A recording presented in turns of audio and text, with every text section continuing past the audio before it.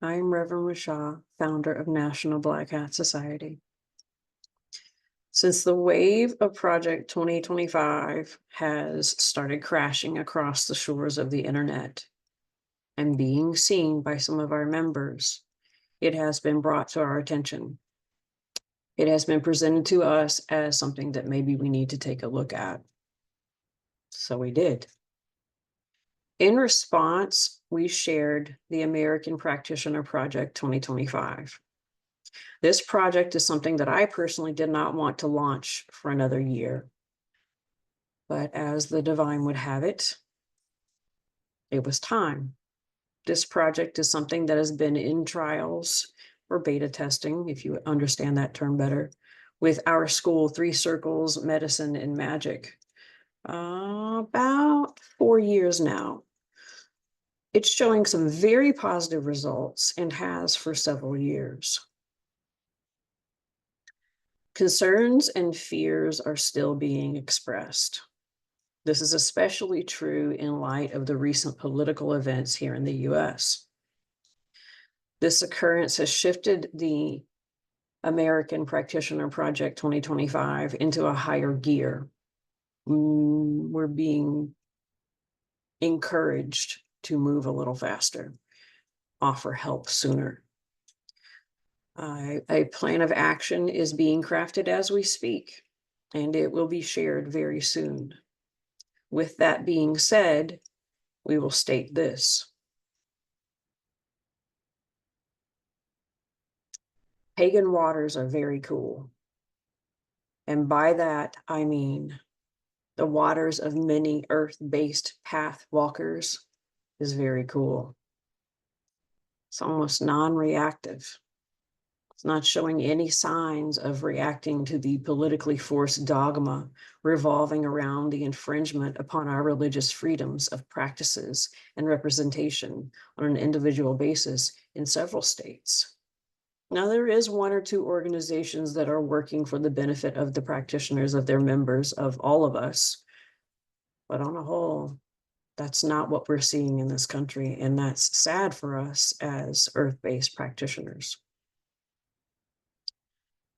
We are seeing an enactment of biased and unjust laws amongst many of our peers, and there's no representation for them.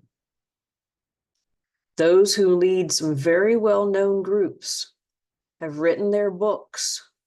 They make money off of us daily on our interest in their offerings.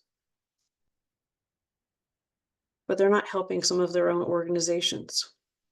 We have seen embezzlement and corruption existing inside of many pagan organizations. There are some that have even closed their doors. It hurts my heart to think about that. I really would like to be better. I would like for us to show a better way. We are continually talking about the ability that we have as practitioners to not need a book to show that we have the moral fiber. As I've stated previously, that we don't need the Bible, quote unquote. But somebody needs something to lead their hearts to do the right thing that doesn't hurt others.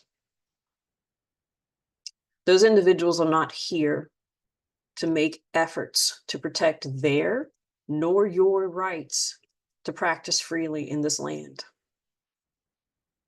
Very few are helping all of us. And only, like I said, a select few are being selfless, without ego, and making the sincere efforts that we all need to survive as free-willed, non-Abrahamic practitioners in the United States. Pushback has even been felt around the world. I will share some of those places with you all later. This is showcasing an overall tone deafness coming from practitioners of all kinds of magic and medicine paths. Where we stand, National Black Hat Society, was recently stated in a most beautifully and succinctly way by an international organization that we reached out to. We are not a neo-pagan fantasy fix. National Black Hat Society is not a neo-pagan fantasy fix for anybody.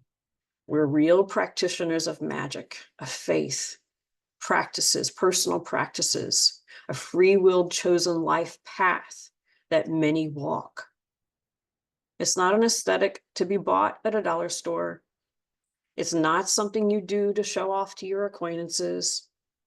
And it's surely not something that is here for you to scare your family with. That's not our purpose at all. Magic and medicine are real.